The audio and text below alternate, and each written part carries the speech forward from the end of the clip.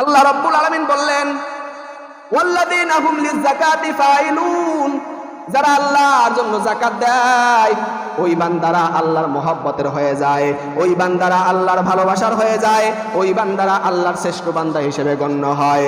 আমার আল্লাহ যাকাতের বিধানটা এত সুন্দরভাবে রাখছেন, বান্দা যাকাত দিতে যাইয়া তুমি খয়রাতি হয়ে যাইবা এমনটাও না, যাকাত দিলে তুমি ভিক্ষুক হয়ে যাইবা, না না না, তোমার যে সম্পদ আছে সেই সম্পদের 40 ভাগের 1 ভাগ আল্লাহর রাস্তায় দিতে কি কঠিন হবে নাকি?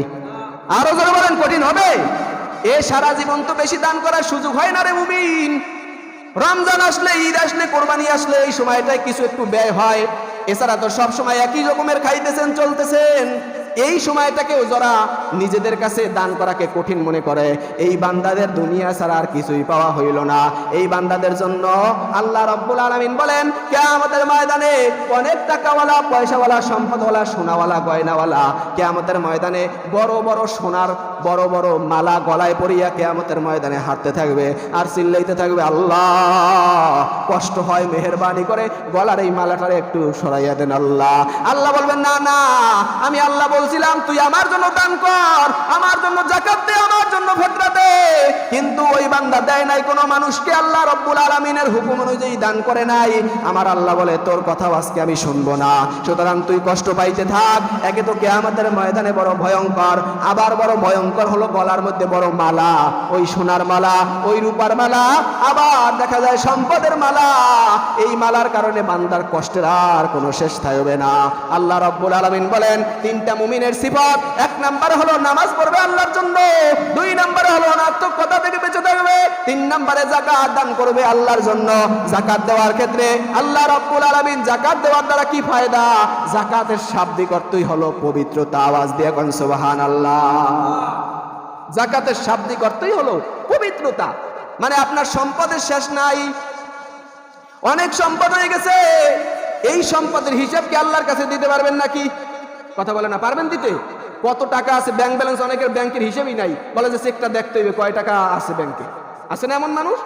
তো আল্লাহ রাব্বুল আলামিন বলে, বান্দা আমি আল্লাহ তোকে এত কিছু দিছি, কোনোদিন হিসাব দিতে পারবি না রে বান্দা, কিন্তু আমি আল্লাহ বছরে একবার তোর থেকে একটু সামান্য হিসাব নেই, এই হিসাবটা দে, আমি আল্লাহ কোনোদিন তোর কাছে আর কোনো হিসাব চাইবো না। বলেন সুবহানাল্লাহ। রমজান মাসে কারো কাছে যদি 7.5 ভরি স্বর্ণ, 52.5 তোলা রূপা, এই পরিমাণ স্বর্ণ রূপা অথবা এই পরিমাণ টাকা পয়সা থাকে এবং 1 বছর অতিক্রম হয়, ওই টাকার উপরে যে টাকাটা আসবে ওটার উপরে 40 ভাগের 1 ভাগ আল্লাহর রাস্তায় দান করা ফরজ। কথা বুঝাইতে পারছি? ধরেন 52.5 তোলা রূপার দাম ধরেন 88,000 টাকা, এই 88,000 টাকার টাকারে 40টা ভাগ করে 1টা ভাগ কোথায় দেবেন? আল্লাহর রাস্তায় দেবেন। ওই মিয়া, কত বন্ধু বান্ধব লইয়া দিয়ে রেস্টুরেন্টে যাই 2-3 হাজার টাকা খুঁইয়েন, এখানে অল্প কিছু টাকা যাকাত আসবে। আপনার যেই প্রাপ্য টাকাগুলো, এগুলোরে আপনি আল্লাহর মহব্বত নিয়ে আপনার আশেপাশে যারা গরিব বন্ধু বান্ধব আছে, গরিব আপনি জানেন, গরিবের একটা মেকদার বলে দেই, গরিব বলা হয় ওই ব্যক্তিকে যার কাছে এই 52.5 তোলা রূপা এবং 7.5 ভরি স্বর্ণ নাই, এর নাম গরিব। কথা বুঝতে পারছি? গরিব মানে যে খাইতে পারে না, লইতে পারে না, ঘর নাই, বাড়ি নাই, এর নাম গরিব না। অনেক বন্ধু বান্ধব আপনার সাথে আছে, দেখবেন সে আলহামদুলিল্লাহ আইনা নিয়ে খায়, কিন্তু জমা কোনো টাকা নাই, গড্ডা সুন্দর আছে, বাসা বাড়ি সব আছে, ফ্যান আছে, লাইট আছে, সব আছে, কিন্তু তার কাছে যে জমা টাকা, ওই যে 52.5 তোলা টাকার যে সমান, এই টাকাটা নাই, এই ব্যক্তি গরিব। এই জন্য আল্লাহ রাসূল সাল্লাল্লাহু আলাইহি ওয়াসাল্লাম নিয়ম শিখাই দিছে, সাহাবায়ে কেরামদের মাধ্যমে দুনিয়ার মানুষদেরকে শিখাইছে, মানুষ শোনো, যাকাত দেওয়ার ক্ষেত্রে যারা মানসম্মত মানুষ, জ্ঞানী মানুষ, ভালো মানুষ, তাদের কাছে বলবা না এটা যাকাতের টাকা। কারণ অনেক মানুষের আত্মমর্যাদা আছে না নাই? অনেক আল্লাহর বান্দার আছে, করোনার মধ্যে অনেক বড় লোকেরাও না খাইয়াছিল না, খাইতে পারে নাই, টাকা আছে কিন্তু বাজার করার লোক নাই, বাপে ঢাকায় আটকা পড়ছে। এই মানুষদের কাছে এরা কি কইবে যে আমারে দাও, আমারে দাও? তাহলে তো মানুষ বলবে যে হায় হায়, অপর টাকার শেষ নাই, ওরা মানুষের কাছে যায়। তখন আপনার উচিত ছিল ওই সময় যাইয়া গোপনে তার কাছে তেল, পেঁয়াজ, রসুন এগুলো পৌঁছে দেওয়া। এইটা হলো মুসলমানদের কাজ, এইটা হলো মুমিনদের কাজ। এলান দিচ্ছেন, এখানে আমি উমুক সম্প্রদায় থেকে, উমুক গোষ্ঠী থেকে তেরান দেওয়া হইবে, আপনারা সবাই লাইন দিয়ে রাইসা, বড় লোকরা যাইবে তেরান আনতে। কথা বলে না, যাইবে নাকি? জাকাতের ক্ষেত্রেও যারা গরিব হলো, বললাম যাদের কাছে ওই পরিমাণ টাকা নাই, এই ব্যক্তিরা গরিব, তাদের কাছেও টাকা দেওয়ার ক্ষেত্রে আপনি নিয়ত করবেন মনে মনে, আল্লাহ আমি জাকাত আদায়ার্থে এই বন্ধুকে 2000 টাকা দিতেছি। অটোমেটিক নিয়ত করবেন, তাকে বলবেন বন্ধু তোমাকে দিয়ে দিলাম, নাও। মনে মনে আপনি নিয়ত করবেন আল্লাহ আমি জাকাত দিতেছি, তাকে বলার প্রয়োজন নাই, আপনার জাকাত আদায় হয়ে যাবে ইনশাআল্লাহ। কথা বুঝাইতে পারছি? এই জন্য জাকাত যার উপর ফরজ তার উপর ফিতরা দেওয়াও ফরজ। কথা বলছেন? যার উপর জাকাত দেওয়া ফরজ তার উপর ফিতরা দেওয়াও ফরজ। ফিতরা কত বর্তমানে কত আসছে? 110 টাকা না? 110 টাকা, 110 টাকা আসছে ফিতরা। এই ফিতরাটা যারা জাকাত ওয়াজিব হয়েছে, আলহামদুলিল্লাহ আমি আশা করি এদিকে অনেক মানুষই এখন টাকার মালিক। এই 80,000, 90,000, 1 লাখ সাধারণ টাকা। এবং এই মেকদারটা 1 বছর অতিক্রম করতে হবে। এমন যদি হয় আপনার এই আজকে ধরেন 80 লাখ টাকার মালিক হয়েছেন, কিন্তু এতদিন আপনি এককালে পরে টাকা আনলেন না, কোনো হঠাৎ মালিক হয়েছেন, তো আপনার এখন জাকাত ফরজ। যদি আজকে 1 তারিখ, আবার সামনের বছর 1 তারিখ, এই মাসে যদি 1 বছর অতিক্রম কইরা যদি যায়, ওই টাকা যদি আপনার কাছে থাকে, ওই টাকার উপর জাকাত ওয়াজিব হবে। হ্যাঁ, ওই বলতেছি সামনে যে জাকাত যার উপর ওয়াজিব, সে জাকাত ও ফিতরা দেওয়া ওয়াজিব। এখন আর একটা কথা যেটা বললেন উনি, যে ফিতরা কারা কারা দিতে পারবে? ফিতরা আল্লাহর রহমতে যার তাওফিক আছে সেই ফিতরা দেবে। ফিতরাটা দেওয়া উত্তম। আল্লাহর রাসূল সাল্লাল্লাহু আলাইহি সাল্লাম বলেন আস-সাদকাতু তারাদ্দুল বালা, বলেন সুবহানাল্লাহ। আশরাফ আলী থানভী রহমাতুল্লাহর নাম শুনছেন কে কে? দেওবন্দের বড় একজন আলেম আশরাফ আলী থানভী রহমাতুল্লাহ আলাইহি। ওনার কাছে ওনার একজন হিন্দু মুরিদ ছিল। এই জোনপুর হুজুরকে হিন্দু মুরিদ আছে, আপনারা জানেন? কথা বলে না, জানেন না কেউ? অনেক হিন্দু মুরিদ আছে জোনপুর হুজুরে গো, আল্লাহু আকবার। তারা হুজুরে আসলে এই তাদের গরুর দুধ, বিভিন্ন জাতের ভালো ভালো খাদ্য, ফল, এগুলো হুজুরের দরবারে নিয়ে যায়।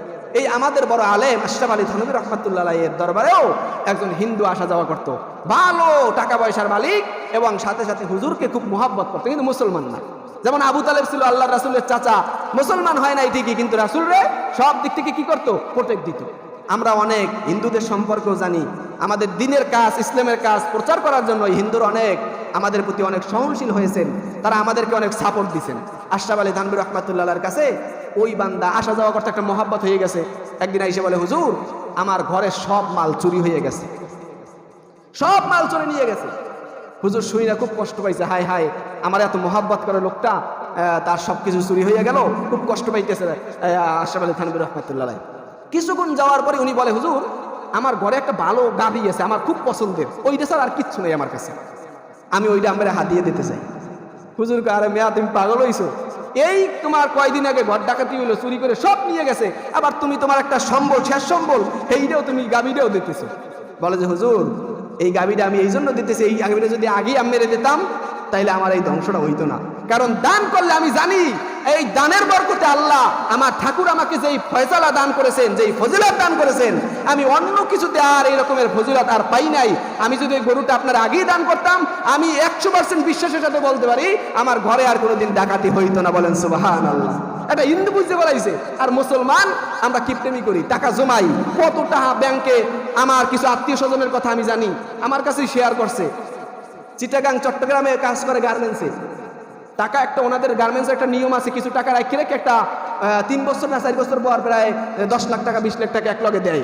ওই টাকাগুলো একটা ব্যাংকে জমা হইতো, কিছুদিন পর ওই ব্যাংকটা দেউলি হয়ে গেছে। বেতন তার ছিল 12,000, ওখান থেকে কিছু টাকা রাইখা ধরেন 10,000 দিতে আর 2,000 রাইখে দিতে, ধরেন 5 বছর পর অনেক টাকা হয়ে যায় না। এই টাকাগুলো কি কষ্টের টাকা, মায়েরে 2,000 কম পাঠাইয়া, বাইরে কম দিয়া ওই টাকাগুলো ব্যাংকে জমা রাখছে। ব্যাংকওয়ালারা মজা করিয়া আস্তে করে সব ঠাল হয়ে গেছে গিয়া। কিন্তু যদি কেউ জাকাত দেয়, ওই জাকাতের পর বরকতে আল্লাহ রাব্বুল আলামিন অনেক বালা মুসিবত থেকে হেফাজত করে। এখন বলবেন হুজুর অনেকে তো জাকাত দেয়, দান করে, ফয়সালা অনেক কাজ করে, ভালো কাজ করে, কিন্তু তাদেরও তো বিপদ।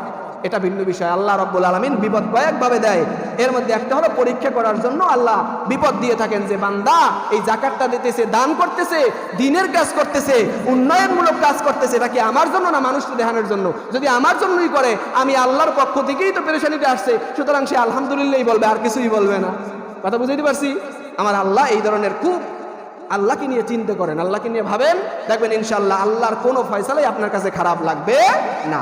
এই জন্য সকলেই চেষ্টা করবেন ফিতরার টাকাগুলা গরিব মিসকিন এতিম যারা আছে তাদেরকে পৌঁছাই দিবেন। সন্তান, নাবালক সন্তান যদি থাকে তাদের পক্ষ থেকেও অল্প টাকা তো 110 টাকা। এই জন্য ঘরের ভিতরে 20 জন সদস্য তো কেউ নাই, আছে হাইয়েস্ট 5 জন, 7 জন, 10 জন, তো 10 জনের টাকা আল্লাহর রহমতে একটু দিলেন, একজনের না। এবং কিতাবের ভিতরে নিষেধাজ্ঞা আসছে একজনের এই পরিমাণ জাকাতের টাকা না দেওয়া যে আবার হে জাকাতের মালিক হয়ে যায়। কথা বুঝেন নাই? আমার জাকাত আইছে ধরেন 50 লাখ টাকা, একজনের আমি 1 লাখ টাকা দিয়ে দিয়েছি, জাকাতের মালিক হয়ে গেল। বুঝেন নাই? এই জন্য প্রত্যেকটা মানুষের দিকে খেয়াল করবেন। কোনো নেতা নাই, কর্মী নাই, কোনো দলের লোক নাই। যে ব্যক্তি সত্যিকারে অসহায়, যে ব্যক্তি সত্যিকারে প্রয়োজনের মুখাপেক্ষী, ওই ব্যক্তিকে জাকাতটা দেবেন ইনশাআল্লাহ। জাকাত দেওয়ার সবচাইতে উত্তম সময় হলো রমজান মাস। রমজানে একে কয় সওয়াব? 70 সওয়াব। একটা নফল ইবাদত করলে একটা ফরজের সওয়াব, একটা ফরজ ইবাদত করলে 70টা ফরজের সওয়াব। এই জন্য এই দান করা, জাকাত দেওয়া ফরজ। এই সময় যদি আপনি জাকাত দেন, আপনার যদি ধরেন 10,000 টাকা জাকাত আছে, আল্লাহু আকবার, এই 10,000 টাকা হারা বছর মানে 22 থাকবেন যতদিন, কতদিন দান করা সওয়াব এই রমজানে কামাই নিতে পারেন না। কিন্তু সাবধান, রমজান সামনে পাইবেন এই আশায় বইয়ে দেখেন না। কত মানুষ ঠাস ঠাস মরে যাইতেছে। এটা মনে করেন না যে রমজান আমি আরো পামু সামনে, তখন দান করবো, এইটা মনে করলে ভুল করবেন। এই জন্য এখনো যারা জাকাতের টাকাটা আদায় করেন নাই, এই রমজান ঈদ আসার আগে, কারণ গরিব মিসকিনরা ঈদের দিন টাকা দিলে কি করবে? ঈদের আগে আগে পরিশোধ করবেন। 20 রোজার ভিতরে ইমামের যে হাদিয়া দেওয়া উচিত, আমরা তো দেবেন এই চান্দাইতে। সে সময় কি করবে? যাইয়া সব মার্কেটারকে সবাই যায় বন্ধ করে বাড়ি, সেই সময় ইমামের টাকা দেয়, হুজুর নেন এই টাকা করছে, এটা দিয়ে কি করবে? দিতে হইবে আগে জানো, মার্কেট করে বউ আছে, মাই বলা আছে, সবাই আছে না, তাদের টাকা পয়সা দেওয়া যায়। এই জন্য প্রত্যেকের খেয়াল করা উচিত এই বিষয়টা, যে গরিব মিসকিনদেরকে যারা জাকাত দিবেন, ফেতরা দিবেন, আগে হিসাবটা কইরা ঘরে বইয়ে সন্তানের লাগে মিল্লামিশা টাকাগুলো আস্তে দিয়ে দিবেন, যাতে তারাও টাকাগুলো পরিশোধ কইরা নিয়ে তাদের একটা প্রয়োজন সারতে পারে। ঠিক আছে? আর একটা বিষয়, এই আজকে আসরের পরে আমাদের এতেকাফের সময়, বলেন সুবহানাল্লাহ। এতেকাফ এমন একটা গুরুত্বপূর্ণ সময়, এতেকাফ যারা করবে, আল্লাহ রাসূল সাল্লাল্লাহু আলাইহি সাল্লাম বলেন, যারা মসজিদের মধ্যে থাকে তারা হলো আল্লাহর মেহমান। বলেন সুবহানাল্লাহ। মসজিদের মধ্যে যারা থাকবে তারা কার মেহমান? আল্লাহর মেহমান। আল্লাহর মেহমান এমন, দেখেন এতেকাফে যে বসে, পুরো এলাকার মসজিদের মুসল্লিরা তার প্রতি ভক্ত হয়ে যায়। কি লাগবে চাচা, কি লাগবে দাদা, কি লাগবে নানা, সবকিছু তার জন্য ফেদা হয়ে যায়। যা প্রয়োজন তা দিতে তারা প্রস্তুত থাকে। ঠিক কিনা? এমন দেখছেন আপনার মসজিদে কি হয় না এমন, যে একটা ব্যক্তি এতেকাফে বইছে, তারা কি দেবেন এটা নিয়ে সারাদিন টেনশন, বইছে হইতে টেনশন, এবং লাগে পরামর্শ, ভাই কি দেওয়া যায়, ভাই কি করা যায় এর জন্য। মানে এটা আল্লাহর পক্ষ থেকে আসে। কই আপনি যখন একা ঘুরতেন, কেউ তো আপনার ব্যাপারে কেউ জিজ্ঞাসা নেই। হঠাৎ করে আপনি আল্লাহর ঘরে ঢুকলেন, আপনার ব্যাপারে পরামর্শ চলতেছে, উমুকে এতেকাফে বইছে কি করা যায়, উমুকে এতেকাফে বইছে কি দেওয়া যায়, এইটা নিয়ে টেনশন করে গেছে। বুঝতে হবে আমার মাওলার রহমত আর বরকত আপনার উপর পড়ছে। এই জন্য যেই বান্দা এতেকাফে বসবে, আল্লাহ রাব্বুল আলামিন বলেন, এই যে 20টা রোজা গেল আর সর্বশেষ 10টা রোজা হলো নাজাতের রোজা। আমার আল্লাহ বলে, যারা এতেকাফ করবে, আমি আল্লাহ তাদের জিন্দেগীর সব গুনাহ মাফ করিয়া তাদেরকে জান্নাতে খাতায় নাম লিখিয়ে দিব। আল্লাহ রাব্বুল আলামিন বান্দাকে এত মহব্বত করেন, এত ভালোবাসেন, যেই ভালোবাসা আর কেউ বাসবে না। এই জন্য এতেকাফের জন্য তৈয়ার হন। এতেকাফে কিন্তু ভয়ঙ্কর বিষয় আছে। এতেকাফ যদি এই এলাকার থেকে কেউ না করেন, সবাই কিন্তু গুনাহগার হয়ে যাবে, সবাই গুনাহগার হবেন, কিচ্ছু করার নাই। এখন বলেন হুজুর কেউ নাই বসার, তাহলে আপনারা সবাই গুনার ভাগী হন। এই মাসলাটা বোঝার জন্য একটা সাধারণ আপনাদের উদাহরণ দেই। সেটা হলো, একটা মানুষ ইন্তেকাল করছে, বলেন জানাজার নামাজ পড়া কি ফরজ? কথা কয় না। ফরজে কিফায়া। কি ফরজে কিফায়া? মানে ফরজে কিফায়া বলা হয় কিছু মানুষ আদায় করলে সবার পক্ষ থেকে আদায় হয়ে যায়। এখন এই জানাজার লাশটা যদি আপনি কেউই করবে না, লাশ দাফন কেউই জানাজা দেবে না, ওইটা যদি পইরে থাকে আমাদের ওই বিশ্বের বাড়ির সামনে, মোহাম্মদিয়া মসজিদের সামনে, ওই গন্ধে বাড়ির মধ্যে যাইবে কি যাইবে না? মাঝে মাঝে বাতাস ছোড়ে, ওই গন্ধ কি বাড়ির মধ্যে যাইবে না? পশ্চিয়া গড়লে হনে পোক হইবে, বিভিন্ন সমস্যা সৃষ্টি হইবে, আমরাও হাঁটতে কষ্ট হইবে। ওই লাশটা জানাজা দেওয়ার না কারণে যে সমস্যার সম্মুখীন হয়েছে সব এলাকাবাসী, তেমনিভাবে কেউ যদি এই মসজিদে এতেকাফে না বন, ওই লাশের মতো সমস্ত মানুষ সবাই একত্রিতে সমস্যার সম্মুখীন হবেন। কথা বুঝাইতে পারছি? এতেকাফে বন, যে পাওয়ার বইয়া যান, সময় আছে। আর আজকে এই আসরের পরেই শুরু হয়ে যাবে সময়। আল্লাহ রাব্বুল আলামিন যদি তৌফিক দেয় অবশ্যই বসতে পারবেন। আর এতেকাফের যে ফজিলত, এটা কিয়ামতের দিন বুঝতে পারবেন, মরার পরে বুঝতে পারবেন।